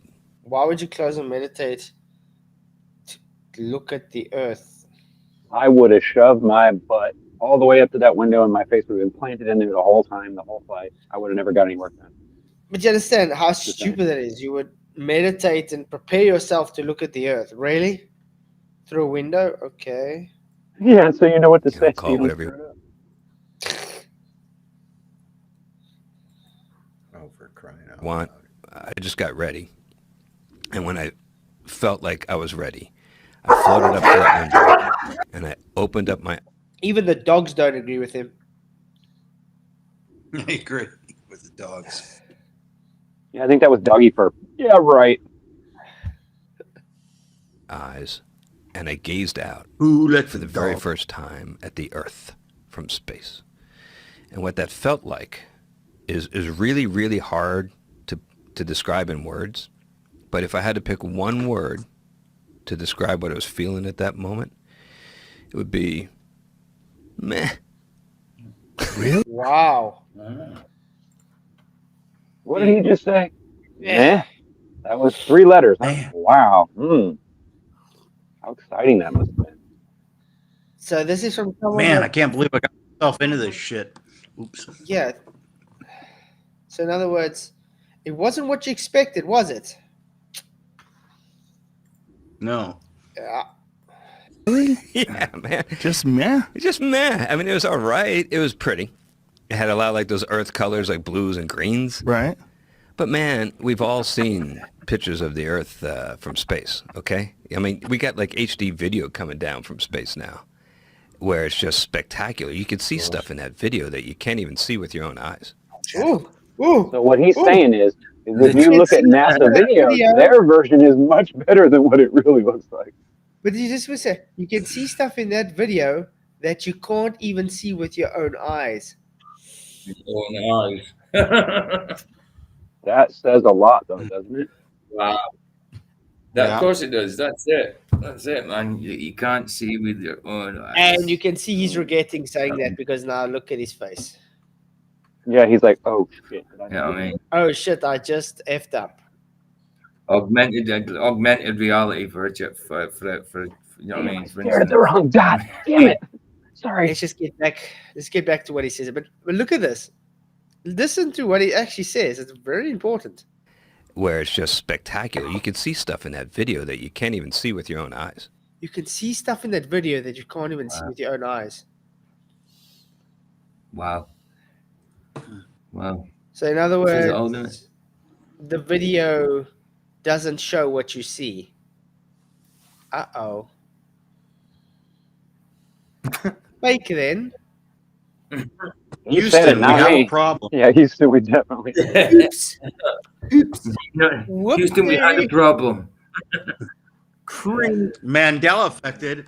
Cranial flatulence is nominal. Uh-oh. I see you sent us a link. SpaceX Yeah, Falcon Heavy rocket photo bombs the moon. Yeah, I just space.com just gave me an alert on that. So I just thought I'd share that with you. The latest picture of the Falcon Heavy going in front of it. It's fucking heavy. Tell you what, it's fucking What's heavy. happened to the moon though? I know, look, it's like melting. Hey, I have another question. Yeah. Do you remember when... Okay. Right, there it is. Guys, look at that moon. I know, right? What the hell is happening at the bottom of the moon? There? Look there. I think they're trying to claim that because of the heat exhaust from the rocket causing that distortion. Oh, yeah, no, it's a different type of distortion, that man. They didn't know that heat will affect the green screen. That's all it was. It looks like it's started to melt, or it's got hair growing from it. That looks. It's a coconut. It's a cocomoon. Yeah, there he goes, Harry. Are they in space right now? Because there wouldn't be any flame in space, would there? That is. It's fucking. That is fake. Wow. And with its. If that's real, then so is my bum. That's insane. My bum's Uranus. Wow. Boy, in the shit people will eat this up. They will eat that up. That people like McToon, they'll sit there and look at that picture with no pants on. I guarantee you. Oh, they'll get chills and see their pants even. Yeah. Now, luckily for us, he did a spacewalk. However, when asked to describe it, he deflects and does not answer the question, while he talks about how some people react with the fear of falling. Look at you out there. Yeah, that's me. Now, what is that feeling like? Because it's got to feel insane when you're strapped to a space station that's floating around and you're just hanging by a cord. Yeah. Floating. Well, you're holding on tight. And you do have that safety tether that you see there. And you know, they can prepare you for everything except for the visual. So when you, like, are in the pool, you're staring at the pool wall. When you get up there and you see the whole Earth below you, some people go out there and get like a sense of fear of falling. But of course, if you let go, you're not going anywhere. Right. The space station's moving 17,500 miles an hour. That's not what he just asked you, but okay. But so are you. How do they? There is a do lot they of work have to be like done. We have straw mans for you. Just listen.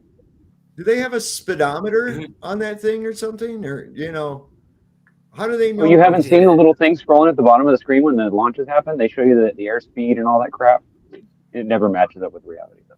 Is that a calculated speed or a measured speed?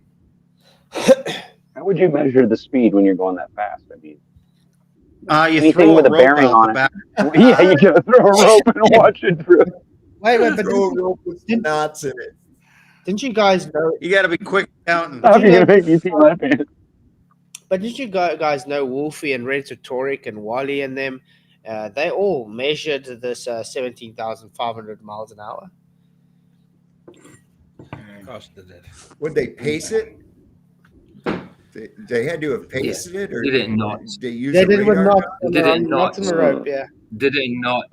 They use one of them radar guns that the CHP have. They have a big problem with that though, because they can't verify how high object is that they're trying to work speed out for. That's right. If the thing was half as close and half as fast, and I told you it was twice as far away and twice as fast, you'd have no way of knowing. How can the cameraman zoom in on something that's going that fast away from him? I mean, that's the part I don't get. You see, all their assumptions is based on it having a certain angular size. So they're working on it. Oh, it shows this angular size, so therefore it has to be this distance. It has to be the speed. But you can have something smaller, closer by, that goes less of a speed that gives the same results. That's what I mean. There's no verification. It's a height they say it is. And they always switch cameras. Cheers, Jeff. Thank you for coming, man. Appreciate it. Again, thank you for your super chat. You were awesome, man. Really appreciate it. Have a great day further. Oh. To fake a mission, and the acting out of scenes creates a degree of realism to the storytelling. Those who excel at lying can travel further up the totem pole of deception and make a very lucrative career out of the entire industry built up to support the lie. Those that do not excel can slide into obscurity. So perhaps he was just trying to be edgy and cool. Let's take a look at our final example, where the tranquil surroundings and the fanboy interviewer sets up the perfect environment for a detailed chair. If you are considering the evidence, indulge me this. It is my opinion that no one has ever sat on the shuttle as it launched, that the launch is in the I shuttle. agree 100%. I don't think anyone's ever been on the I shuttle. think the insurance alone would say no. They're not allowed to. I agreed 100%. Yeah, when it blew up, they had a problem. It's like yeah, now they got to hide 7 astronauts for the rest of their lives. It's like Capricorn 1. They see them go up there, and as soon as they get there, they climb down into the shaft and they go underground bunk and they go somewhere else. Simple as that. Yeah. But if the thing really blows up on TV, then they got a major problem. Because those. What do you think happened with the What are they going to Columbia? do with the What do you think happened with No worries, we'll just put them in your typical college and have them tell a story. Yeah, well, why do you think the other people had to get new identities? Because that happened. It was probably unplanned. Well, here's what I don't understand. Why does it catch fire coming back, but it doesn't catch fire going out? I've always wondered that too. That's another good question. There's so many questions. I mean, it's full of them. When you They're watch going these through videos, the same it's just atmosphere. Don't make no sense. Another thing I was going to say earlier is if you've ever seen like the old versions of these rockets that they send up, anytime that rocket gets out of going forward, it breaks up, it explodes. And in every case that we had before the SpaceX thing, anytime a rocket tried to turn around or if it lost its trajectory and it wasn't able to go completely straight with the nose straight out, what happened to it? It explodes in space, right? It explodes into little pieces. So you're telling me that all of a sudden they got this cool rocket that's actually stronger than all the rest of them and it doesn't break up when it turns around and goes backwards? Bullshit. Shuttle days were an earthly activity designed to create awe and wonder in the beholder, and set the stage in your mind for the idea that the images shown to you after the launch must be from space. The images from the launch inside the cockpit were recorded on the simulator, and there has never been a third-party independent verification that the launches go to space. Many of the actors do use descriptive words to recall the experience, but none are ever overwhelmed with emotion, and all the descriptions I have heard recalling the launch seem lame in comparison to the event they're trying to describe. But also, look at their faces, yeah. It's not looking like they're really, I think, oh yeah, we're leaving Earth, you know? I like how when they're actually launching, their arms are lifting up and pushing buttons. I get the kick out of that every time. Yeah. But I mean, sitting on The amount of G-force. At 17,000 miles per hour, and they speed up very quickly to get to that point, supposedly. Accelerate It would definitely, you wouldn't be moving at all, bro. You'd be stuck to your seat. So the lady we're about to hear from speaks of her experience, and she claims to have no audio or emotion recollection of the event because she was too busy pushing buttons. This for me is just a type of lying. Rather than getting bogged down in the details she would have to make up, I believe she is just recalling an experience she had in the simulator. At the point of launch, are you completely absorbed in your operational duties, or does the magnitude of what is going to happen creep in at all? Or are you just That's a great question. I think you have a couple of hours where you're actually laying on your back waiting. It's actually exceptionally uncomfortable. And so that takes up some amount of your brain power for that amount of time where you are waiting. And so there's some amount of you that's thinking, let's just go already. I'm ready. Let's go. There's also as you get closer in, when your duties require you to start monitoring, your training really does take over, and you are looking at all of the different things that you're supposed to be looking at, thinking about the next stage. What am I going to be doing next? And so when the stack lights, you're definitely ready for it to go. I'm sure there's a millisecond of wow, this is really happening. But sure people have asked me, what did it feel like? I would I imagine don't know what to say. terror. I would imagine sheer terror when the realization of what you're about to do takes place. You're sitting on 10,000 tons of explosives. Yeah, right. Yeah, that's no big deal. We just get bored. I get that feeling every time an airplane takes off. What did it sound like? And I find that my memory I have a very clear visual memory, but I don't remember other things about how it felt, how it sounded, because I was so engaged in looking at displays, thinking about what was happening. She then goes on to explain how they had an alarm sound, which I've cut for the sake of brevity. She describes the alarm sounding without any emotion, and an alarm sounding is an experience NASA could easily give her in the simulator. She finishes on this. But because you have these tasks you have to do, you don't have a lot of left over to be experiencing it, if you will. So to sum up, there is no shortage of activity that goes into faking a mission, and because of that, no shortage of experience that can be translated into stories that would have some emotional and psychological memory behind them. Exactly, because they don't actually go. It's all just simulations. That's it. That's why it's so fake. Wow. Why they seem so fake and they don't seem genuine, because it's all based on this simulation and not real life. Yeah, I guess actually doing it wouldn't be exciting at all, because you practice so many times. Huh? Though the actor would have to be selective in the memory recall. An example of that would be hanging on the wires in the space lab for an extended period, performing the stunts or motions for the CGI teams to fill in later, or being in the pool performing tasks for the spacewalk footage. Also, they would build genuine camaraderie around the team of people they are faking this with, because that would be a real experience. We can look at the interview footage with Peggy 666 Whitson for an example of that, where she does get emotional talking about her crew. However, that would be in line with the genuine experience of getting to know them over the period of time whilst faking the mission, and possibly a relationship with one of them. What is really hard to fake, especially in a live setting, but even in a controlled setting like this interview, is sharing genuine emotions and natural wonder of the experience of beholding the universe and spinning ball from outside of the Earth. Some try harder than others, however none ever become overwhelmed about it, nor even give a convincing performance, and all seem keen to get away from the topic or deflect from the topic as quickly as possible. That's so true. That is so true. They do obfuscate when asked a simple question. They don't really answer it straightforward. They love to try obfuscate and move on to something else, or try and kind of hand wave around it.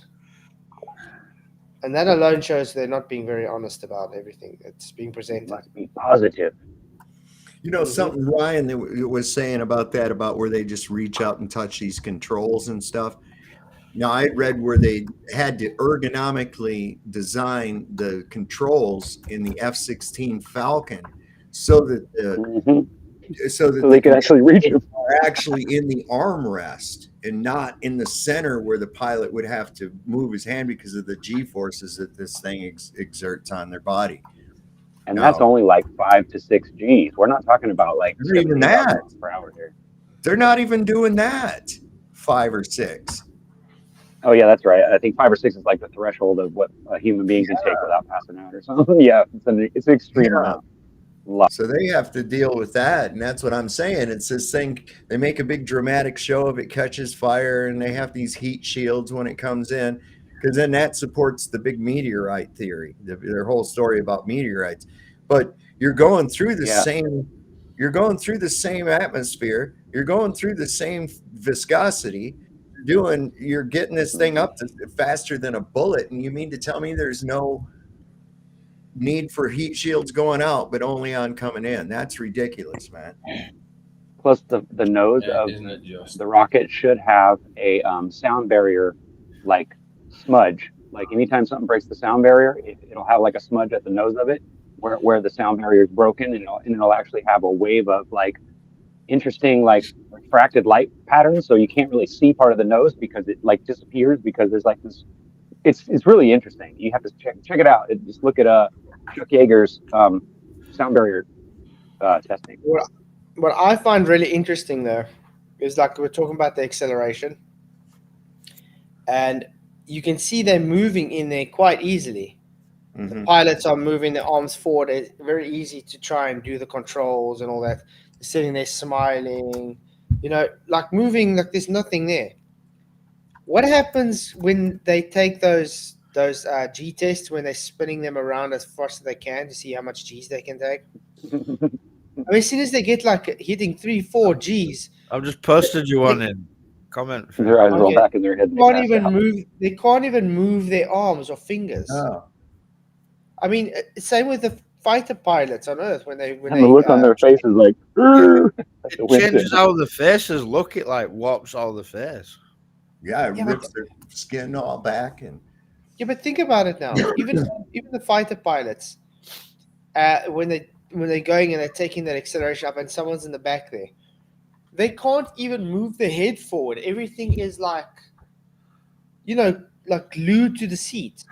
How is it that these guys are able to? Let me touch this button. Let me touch that button. Are they superhuman or something? Let me tell you, son. These are highly trained individuals. Marines. That's what they are. That's how they do it, boy. Semper Fi. How dare you accuse them of faking? Years of training. That's this one. Yeah, right. Watch out, his face changes, man.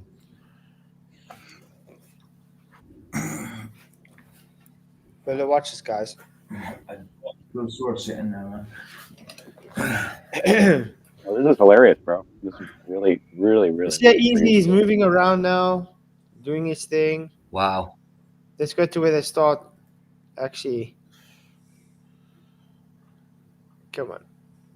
Okay, that's good. Okay, it started. Watch his eyes very carefully. 1.5 G, 1.6, 1.7. Look how uncomfortable he's already getting, and that's at 2 G, dude. His eyes are already crossing. Look at that. He's trying to concentrate. Look at that.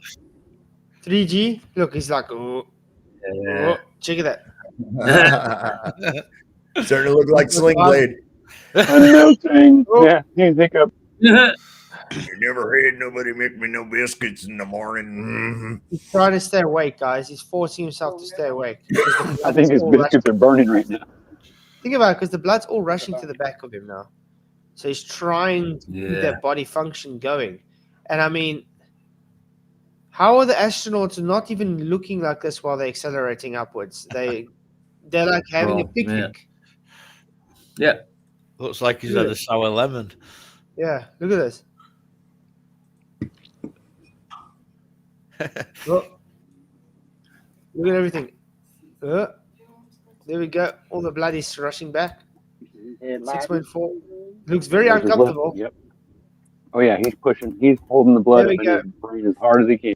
Yeah, you can see he's pushing it. He's trying his hardest. He Yeah. wants to stay awake. He's tightening his bowels right now. That's what fighter pilots. Yeah, you have to tighten every muscle in your body and hold it as tight as you can because that's what keeps the blood from rushing back and going down into your neck. Yeah. So you don't. Check it out. Ah. Keep the G suit on, you do. Yep. Yeah, even with the pressurized suit that pushes in on your legs to keep the blood from going to your legs or your blood. Yeah. Keeping it to your brain. And some pilots end up with clots in their body and they have to get the clots removed because of the G-force. He came back from this test retarded. He's all done. Yeah. That's it. Well, at least cross-eyed. But I mean, that's like insane.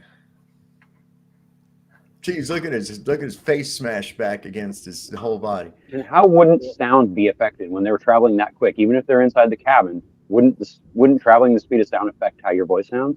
Like you would think a lot of things would be different. The link above that one, Flatzard, is like a collection of people doing it. Okay. Ah. Check this. Check out pushes him back. Let's see a citizen that's not trained try it. See what I'm saying? He's pushed into the back of the seat now, okay? How are you going to say, oh, let me just quickly move my hand forward and try and do something? No chance. Or even smile and say anything. Anything. Look at the concentration he's had just to try and stay awake. Yeah, he's basically learned to flex his muscles to keep the blood from rushing out of his head. And that's exactly what they do. They have to practice and practice. Look at that. Oh. But they must have a tractor beam on the spaceship that keeps them from being affected by that. Kind of like they went right through the what you call it without knowing it. Ooh, 7. Van Allen belts. Oh my god. Just driving a race car when you get 2 G's, it's incredible. Your arms get tired so fast. Yeah, there's a sickness. I forget what they call it, but there's a sickness that race car drivers get. That's why they were trying to come out. You remember that movie with Clint Eastwood? It came out back in, I think it was in the 80s. Yeah, Space Cowboys. I was just thinking about it. Space Cowboys. Firefox.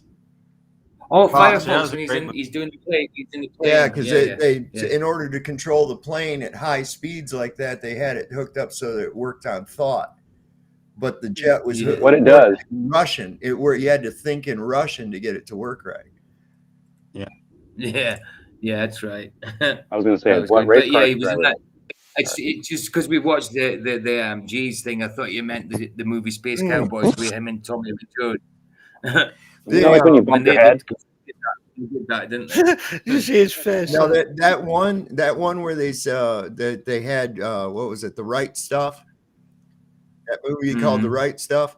There's a scene there where they're called in front of the old man at his desk, and there's out the window you can see fire trucks going, and there's black smoke coming up, and he turns around and he asks him, he says, "Gentlemen, you mind telling me why I'm seeing fire trucks headed towards Ridgecrest?" Now, Ridgecrest that's the place I've been talking about. That's China Lake Naval Air Weapons Station. Lots of dark shit going on in that place, I'll tell you.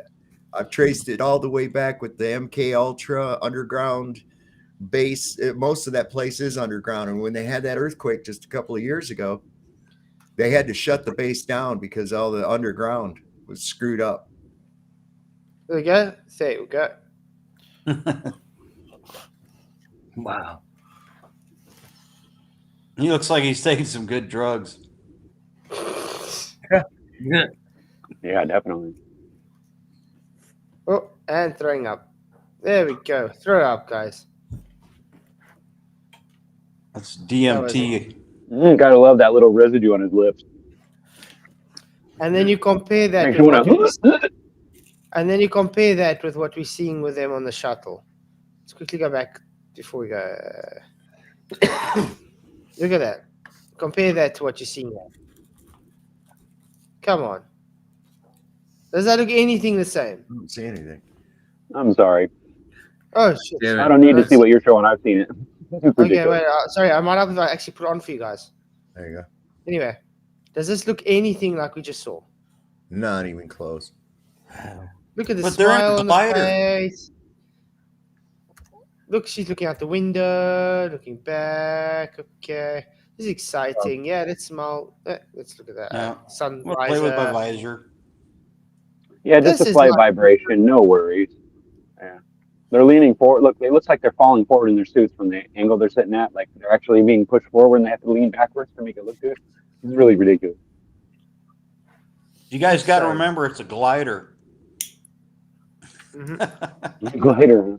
Well, I know it's something they just drop out of the damn shit, out of a see whatever. Well, are they really even on anything? Is that simulator. like a set? Is that just a set with a camera facing at them? You know, they might. I would don't- say it's a simulator because they are shaking in uniform. So they obviously got them on a simulator. Somebody's shaking it. You know, like you get, like you get there in Hollywood when they try and rig the people on like a plane crash accident or something for a movie. They're on an actual rig where it shakes them all together. Or in a car, yeah. Or in So a that's car. the simulator. You can't really, I can't say that any of that was expected, other than the fact I knew that's what I wanted to do. I wanted to spend some time looking out the window, but experiencing it is obviously pretty unique, and it's hard to express how that makes you feel. So unique. I'm just gonna But talk about, it's a wonderful experience that I'll sort of have forever, those memories. so exciting. Pause. The next section is short but takes a lot of memory on my computer. Historically, this usually causes the whole presentation to get jumpy, so I am hoping by doing this while the presentation is short and then recording it for the final presentation, this problem will be fixed. Not sure where it will go in the presentation, but hey, it's nice to finish with some music. I might totally redo the narration. I am tired right now and not need to want to get this published. If you remember the examples where the actors get emotional about the launch, spacewalks will be holding the ball, please post them in the comments. I'm very keen and assess the evidence. I could also do with days of highlighting them, not being cited about it. Okay, we're not going to play the music, obviously not. Missions we have the footage for. My expectation would be that the earlier the mission, the more internal footage there should be from this recording system. I say that because it is lightweight and changing the cassettes is very simple and fast. The desire for operational footage for training purposes and mission review purposes should have been stronger in the early days. Now there is some stocking filler footage and other external activities recorded on the VHS system for both missions. However, I will just focus on the internal footage coverage with people in it from both the missions. The format I received the FOIA requests in was video downlink video recorded in the control room, then VHS system recordings, and then all other recordings including the Araflex camera. We are just focused on the VHS system. There is no sound in the original for the VHS recorder, and all the crappy quality of the recording is in the original. All the footage from all the cameras in both the missions can be explained by the special effects of their day and the space shuttle being a zero-G plane. So all this can be explained. I'm just going to mute it because of the music, obviously. Well, I'm glad somebody agrees with us because I've been waiting for to hear some people that agree. But, oh yeah, gotta love this video. But yeah, this can definitely be done in zero-G plane. Sweet dreams are made of this, and what is she? Oh, awesome song, by the way. Yeah. That's Somebody Mandela affected wants as well. to abuse you. That song's Mandela affected as well. And it's not actually about about. I remember it being "Sweet Dreams Are Made of These," and now it's "Sweet Dreams Are Made of This." And it was these. It was definitely these. Definitely these. Of course it was. Yeah, I remember as a kid. She's from my neck of the woods. She's Well, from she Aberdeen. says it like that because she has an accent. Yes. I believe. Well, these. Yeah, well, Rhymes with well, she wouldn't. She's she's got my accent, dude. She's got my accent, so I would say these. I wouldn't say this. Yeah, yeah, Well, and exactly. also it You rhymes say with the the long next form. line. It rhymes with the next Yeah. line. Yeah. Agrees. Yes. Right. Right. Disagree. That's why, yeah. Disagree. It's Yeah. like rappers. They have to change the sound of somebody into some words to make it fit in with their rhyming because they don't have a lot of talent. Just saying. It's and also that one. I see a red door and I want to paint it black. It's now I see a red door and I want it painted black, rather than I want to paint it black. It's mad, isn't it? It doesn't. It sounds the same, but then you listen to the words. It's My different. bicycle.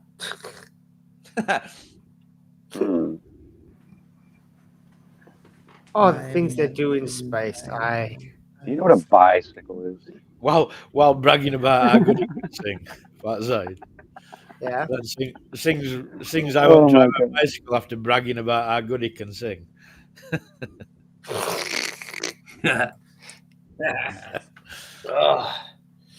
Okay, guys. So I guess that's for tonight.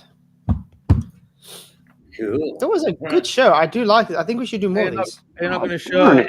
Are you not going to show Space Moth first? Oh, let's quickly show the Space- Space Moth quickly. Yeah, I think The what? Space Moth.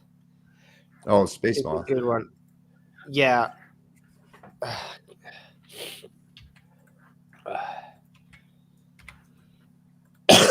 Excuse me.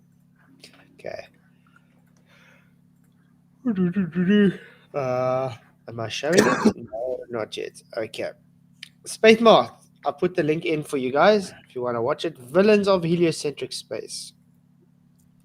Today's video is the start of a mini-series called Villains of Heliocentric Space. And of course, what better place to start than the Space Moth, yesterday's hero. We'll go slower and a bit more up close so the people who couldn't see him Shout out to yesterday Leo. on the small screen get to pay massive respect Yeah. to this ISS destroying moth who just doesn't care whatsoever for this silly space pantomime known as the ISS. So let's have a look. It'll be funny. Just to show you the route of this ISS destroying moth, he appears where I've circled here, sort of bottom central area, and then flies up towards this fella on the right and lands on his ear. You will need to pay close attention because at some points you can't see him, and at other points. I want to know, how do you get a moth in space? I don't remember this video. Though. It's a Space Moth. Oh, you don't? Wow, this is classic. I have not seen this one yet. Now I get what happened is there was a Go hole ahead, in the Ollie. ice. Is that they forgot to fix it? Because remember when they said there's a hole, they said, okay, there's a hole, someone should fix it. The space moth climbed through the hole. It was they left the porch light on. Technically, this isn't a big deal because if they did really build a space station and did really take it up in sections, then a moth could have got in there somewhere and found its way up there. But that doesn't prove that they're really going to space. I'm just saying.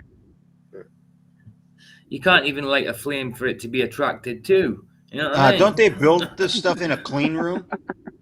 I mean, I thought so too, but maybe I'm wrong. Maybe they just do it in their garage. They're like build it like totally dust free and everything. Yeah, maybe I realize that, but this is what the answer they'd give you is what I mean. I think you're onto something with that hole, because I think maybe the moth was attracted to the moon. It was flying around the moon. And then, No, what it was is it was so excited about space, it just couldn't get out of the window. But the astronauts were too bored. They didn't bother. Okay, you certainly see him at the start. He then disappears behind Matey's head and then reappears near the Astrodame on the right's ear. And of course he lands on his ear and then tickles this Astrodame as if to say, ha ha, I've just made a mockery of your silly space pantomime. So, like I say, take note of where he's going to appear, this space-destroying legend, and take note of where he's going, okay? Okay, we're up close and personal. You bottom left is where he's going to appear, this legend. Let's have a look. I've got it on super slow motion. Let me turn the sound down. That's a bit too trippy. Too trippy. Okay. Here we go again. Thank you, Leo. Watch bottom left. It'll appear very shortly. Where are you, legend of space? Ladies and gentlemen, I give you the space moth. The space moth. There he There we is. go. Oh, there we go. Lost There he sight of is. him again, reappeared, goes behind Matey's head, comes out, Space moth. There we go. there reappears ear. and lands on his ear. Instant reaction from our friend on the right. Yeah, he Can't blinked. stop blinking, and is Blink, just yeah. obviously Tickled his ear. aware that the moth that is Well, when landed on his something's ear coming has at made your a face, mockery. man, you gotta blink just in case. His eyes These moved to the side too. And it almost like flinched. Yeah. You got Mandela. See, if that was me, I And you hate could moths. see- If that was me, And you could see he knows Then he's I- not allowed to. He can't go and Yeah, go he like can't this respond big. because if he has to Yeah, respond that's like it. this, he can say, "Why are you doing Yeah, that?" that's it. See, that's the thing. I hate moths. So if I felt that in my ear, I couldn't help but do it. I'd be like, yeah, nah, hate moths, I have too? to get it away from me. The last thing I'd be worried about being on my body would be a moth. That'd be the last. I'd be more worried about an ant than moths. Moths and butterflies. Not so much butterflies, but moths and butterflies. I'm not. I think anything. But butterflies. A Anything fly. that eats meat, I think I'd be afraid of. Yeah, but moths kind of creep me out. You know. Interesting. I didn't know. Well, don't. Supposedly being in a weightless environment, bobbing about, when the moth has just flown in near enough in a straight line and landed on Matey's ear. So let's come back again. Remember where it starts. Bottom left. Get ready for it, ladies and gentlemen. An ISS destroying moth. I tip my hat to this insect of truth. Here he is. Disappears a bit, You reappears, know, God goes works behind in Matey's mysterious head. ways, my friend. Comes out. You can see him in the black there and hits Matey's ear. Boom. One more time without me muttering and stuttering my way through it. Get ready for it. Whoosh. There we go. Comes out. And Just There about you to go. hit our mate on the ear there. Boom. Instant reaction. Let's play it in normal speed, a bit further away, and see our mate on the right here struggle with the realization that a moth has not only flown across the screen and made a mockery of all this nonsense, but has actually had the cheek to land on his ear and make it one of the most awkward on-screen moments of his pantomime career. Bear with me. watch this, guys. And Don't to finish, flinch. we'll play it normal speed, a bit wider screen. Might struggle to see the legendary moth here. It's more about Matey Boy's reaction as the moth lands on his ear. But let's have a look and just pay and tip our hats to this magnificent ISS destroyer known as the Moth. Take it away. Exploration and courage as you guys work in a really harsh environment. And I know that there have been... There goes the moth. Here comes the moth. Watch our mate now. Put right on the spot as the moth lands on his ear. Thousands who've poured their hearts and souls into America's space shuttle program over the last 3 decades that are following this journey with special interest. Who would have thought the moth of truth battered the ISS pantomime? Love it. Nice. Nice. That's Leo, guys. Is he? Naval Earth Observer. Shout out to you, Leo, man. He's Really awesome. But we've all seen rats in space on SpaceX, so That's just, As well as icicles floating around. but that's just pareidolia, man. You guys are just seeing things. Things with tails? I doubt it. man, if a rat can get into space, anything can. Oh yeah, the mouse, the little mouse on the Oh yeah, he got outside of the. not only into space but outside the ship. Yeah, on the he engine was cell. outside. Yeah, it must not have been very hot.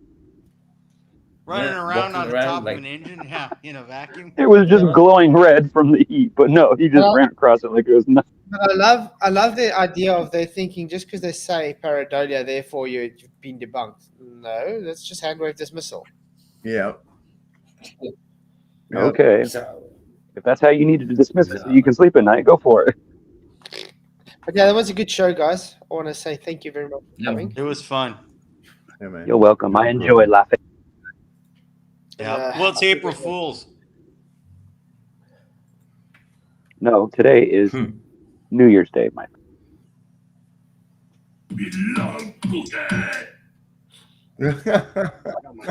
Happy New Year.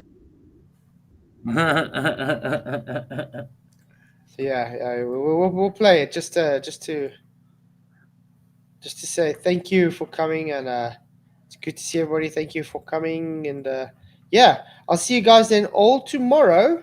Well, I mean Wednesday. No, are you streaming No, tomorrow? Are you streaming tomorrow? streaming tomorrow? I am Yeah, I so was going to cute say in that that. Yeah, outfit. I'm streaming tomorrow.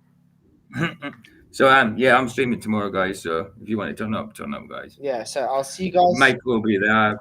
Ryan will be there. Vicky will be there. I don't know if Saul will be there. He can be there if he wants. Absolutely. We'll be Thank there. you, sir. I'm so glad you put me in there. That was so nice of you, sir. You guys know you could stream at different times. Yeah, but on Tuesdays I have off, so it's time I spend with the wife. You stream a lot. You do. Yeah. So guys, yeah, I'll see you all on Wednesday evening for another epic stream. Thank you very much. Please do go and to PJ and them stream tomorrow night. And it was awesome seeing you all. Thank you everybody for the super chats, all the likes, the shares. If you haven't hit the likes Love you already, guys. please do. I really would appreciate it. Thank you very much for everybody. May the many blessings and may the pressure be with you. We love cookie. We love cookie. We love cookie. We love cookie.